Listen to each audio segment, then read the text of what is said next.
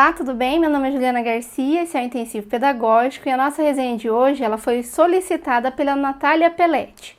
O texto que nós vamos abordar é o da Chizuko Kishimoto, onde ela reúne 9 autores, na verdade ela e mais 8 autores, para abordar os temas jogos, brinquedos, brincadeiras e educação. A lógica do texto é construída em cima da fala de profissionais de áreas diferentes que vão aprofundar essas temáticas. Então vão ter textos que vão falar a partir da ótica da educação infantil, da matemática, da psicopedagogia, do fracasso escolar, de crianças com deficiência, entre outros. Mas vamos direto ao assunto, sem enrolação. Duas primeiras informações que você tem que ter em mente quando a gente faz essa leitura é que o brinquedo e a brincadeira nem sempre foram bem vistos pelas pessoas. A autora, a Kishimoto, ela vai contar pra gente que a partir do início do século XX, as brincadeiras tradicionais eram inclusive mal vistas. Isso porque as pessoas achavam que elas eram causadoras de corrupção e desvio de conduta. E é por isso que as classes dominantes não viam com bons olhos. É por isso que as brincadeiras eram desvalorizadas pela classe dominante. No entanto, a partir dos estudos realizados pelos cognitivistas, ou seja, os autores que começam a entender ou a estudar como é que o cérebro da criança aprende, a concepção de que a brincadeira e o brinquedo eles são importantes, ele começa a surgir. E aqui a autora vai trazer 4 referências principais.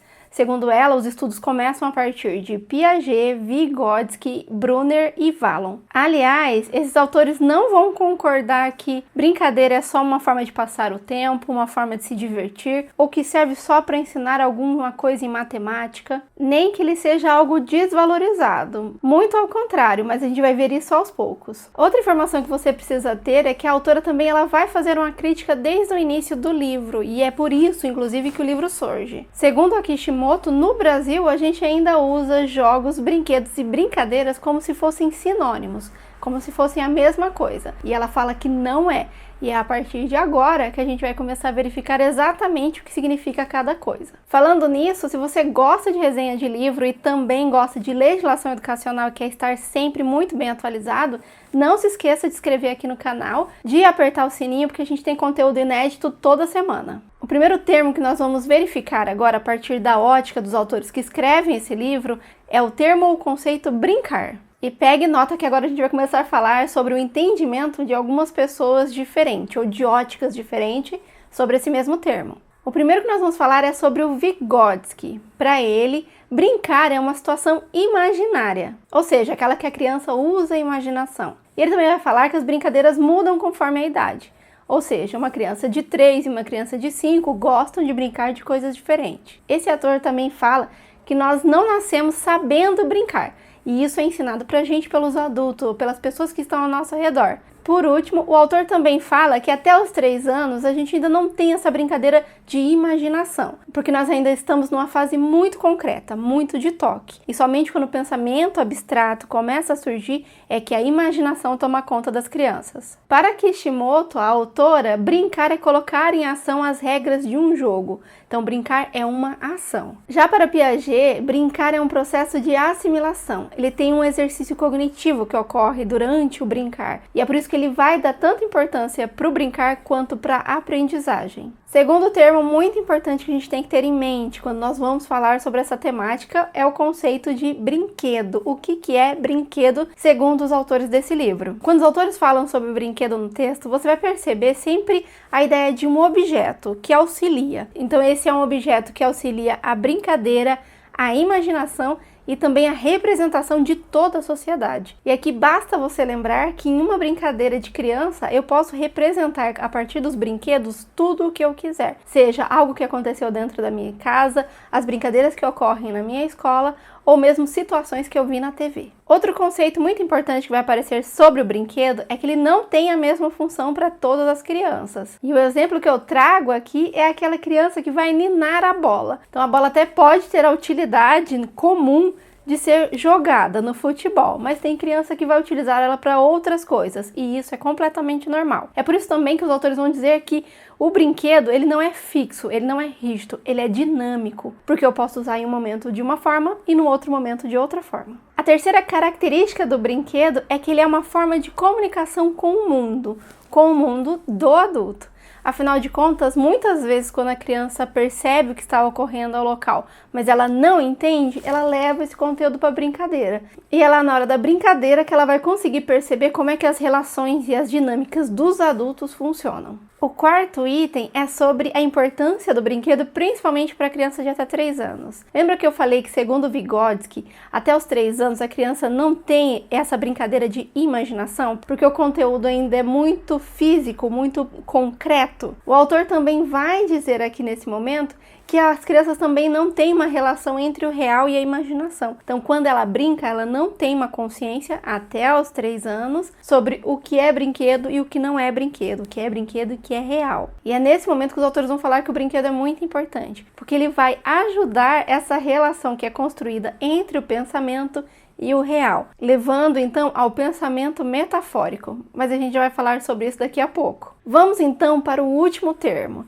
que é jogos. E é aqui que os autores vão trazer mais conceitos, mais informações. E é justamente por isso que nós teremos que ter um pouco mais de atenção. Lembrando que se você está estudando para concurso, é muito importante todo o conteúdo desse vídeo, porque a autora traz o conteúdo de forma muito aprofundada. Mas também é importante que você verifique como esse conteúdo é citado na legislação educacional, nas leis da educação. Caso você queira que eu traga um vídeo sobre a legislação, quando ela vai falar sobre brincadeiras, jogos e brinquedo, coloque um quero aqui no comentário, porque se a gente tiver pelo menos uns 30 pedidos, eu gravo esse vídeo também e trago logo em seguida. Mas vamos começar então os conceitos relacionados ao jogo. Primeiro, a autora vai falar que nós devemos verificar os jogos sob 3 aspectos. O primeiro dele é que jogo é um sistema linguístico, que o uso dele não está ligado a uma lógica da ciência ou um fator da ciência, e sim ao uso cotidiano, a linguagem do dia a dia. E como ele é feito do cotidiano e tem um histórico oral de uma geração passar para outra, essas brincadeiras e brinquedos, eles vão ser diferentes dependendo do local ou também da região onde essa brincadeira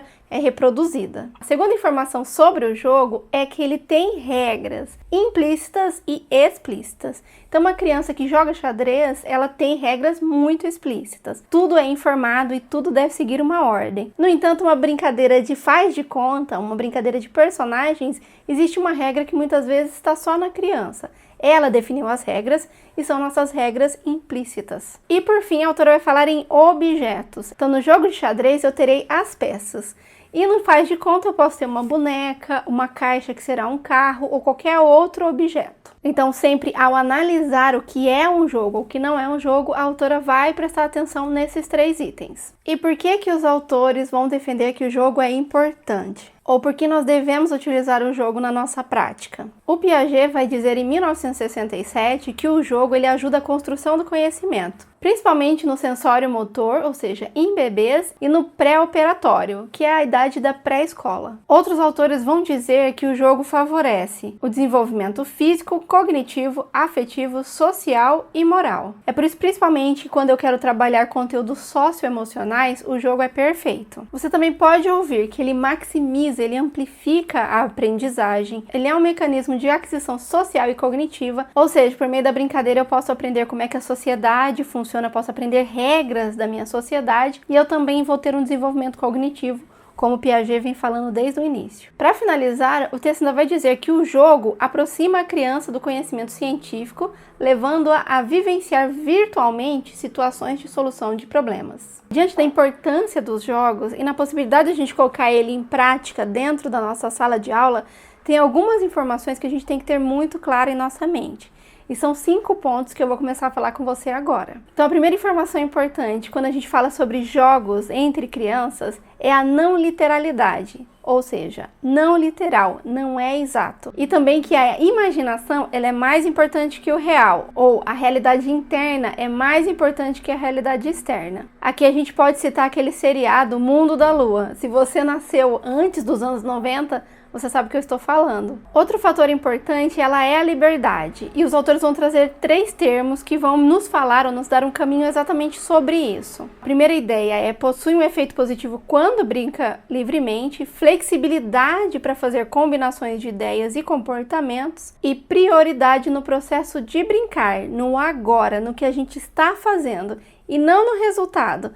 Adulto quando brinca quer o resultado. Criança quando brinca quer curtir o agora. E o adulto ou o jogo educativo que o adulto vai oferecer para a criança não deve quebrar essa lógica. Deixa a criança brincar no agora. Se o jogo não for livre para a criança poder brincar como ela gosta de brincar, então é trabalho. O último item é o controle interno, e é aquela ideia de deixa a criança brincar com as regras dela e tentar buscar as soluções dela. Se eu fico dando muitas dicas, informações ou tentando controlar a brincadeira, eu acabo impedindo a criança de fazer essa regulação interna ou de fazer essa construção interna. Por isso, lembre-se, o controle interno da criança é importante e ela vai aprender a fazer fazendo. Para finalizar, mas não menos importante, os autores vão trazer os tipos de jogos ou tipos de brincadeiras, e eles são muito importantes para a gente ter em mente. O primeiro item são brincadeiras tradicionais, aquelas que a gente brincava na rua quando éramos pequenos, que os autores vão falar que a importância é perpetuar a cultura infantil, ou seja, todas as brincadeiras que a gente aprendeu a partir dos nossos pais, que aprendeu com os avós e assim por diante. Outra característica dessas brincadeiras é que elas são anônimas. O segundo item que os autores vão falar é sobre jogos educativos ou jogos didáticos. Segundo os autores, têm o objetivo do desenvolvimento cognitivo, da criatividade, da aprendizagem de forma lúdica e, principalmente, a ação intencional, porque ela possibilita a afetividade, a construção de representações mentais, ou seja, aquela aprendizagem que vem pela cognição, a manipulação de objetos e o desenvolvimento de ações sensório-motoras, ou seja, o físico e tudo o que o físico pode proporcionar, e as trocas nas interações, as relações sociais que a criança constrói enquanto joga. O jogo contempla várias formas de representação da criança ou suas múltiplas inteligências, contribuindo para a aprendizagem e o desenvolvimento infantil. O próximo item é as brincadeiras de faz de conta, que alguns autores podem trazer explicações bem similares quando eles falam sobre jogos simbólicos, jogos de representações de papéis ou sociodramáticos e jogos de representação. É nesse tipo de jogo que a imaginação ou a situação imaginária ela é mais visível, porque a criança nesse momento ela está aprendendo a usar símbolos ou a linguagem metafórica. É por isso que durante a brincadeira do faz de conta, uma caixa vira casa, um pedaço de madeira vira varinha e todos os outros símbolos ou significações que a criança precisa construir para que a brincadeira fique mais divertida ou para que a imaginação ocorra de forma mais imersiva. Aliás, quando os autores falam sobre jogos simbólicos, existem outras defesas que eles vão utilizar ou outros argumentos que eles podem trazer para te mostrar o quanto isso é importante. E é por isso que eles falam que os jogos simbólicos fazem uma ponte entre a fantasia e a realidade. Ele pode ser individual, mas ele também pode se tornar coletivo. Por exemplo, quando as crianças brincam que há lavas no chão. E como um objeto substitui o outro e como uma palavra substitui a outra, os autores vão falar que é nesse momento que a gente começa a aprender o que são metáforas, ou a gente começa a aprender a utilizar metáforas na nossa vida. E é por isso mesmo que muitas vezes alguns autores vão falar também em jogos metafóricos. Para finalizar, os autores vão trazer os jogos de construção, que são aqueles típicos jogos com bloquinhos de madeira onde a gente constrói casas. Ele possui uma estreita relação com o faz de conta, eu estou brincando de forma imaginária que estou construindo a minha cidade. E segundo os autores, eles são importantes para a experiência sensorial, estimulam a criatividade, a autonomia e também a socialização. Além disso, ele vai ajudar muito no desenvolvimento do raciocínio lógico-matemático. Isso, claro, se o adulto organizar a aprendizagem de uma forma que a criança tenha que classificar, seriar, sequenciar, verificar a relação de espaço, tempo e medidas. É claro que os conceitos que trazem nesse livro, eles não são somente em relação ao jogo. Você vai verificar muitas informações em relação à formação de professores, à psicopedagogia e outras informações muito importantes. Mas para esse vídeo a gente precisava trazer principalmente os conteúdos mais relevantes, ou considerados mais relevantes pela autora no início do texto. Lembre-se que agora lá no Intensivo Pedagógico nós vamos começar o conteúdo exclusivo, onde eu falo para você como é que isso tudo vai cair na prova. Além disso, eu separei 50 questões comentadas que é para você treinar bastante e nunca mais errar na prova. E lembre-se que todos os nossos vídeos, eles têm podcast. O link está aqui na descrição. E não se esqueça de curtir esse vídeo caso esse tipo de conteúdo seja útil para você. É só assim que eu fico sabendo se eu devo ou não continuar gravando vídeos sobre essa temática. Por hoje é só, um abraço e até a próxima!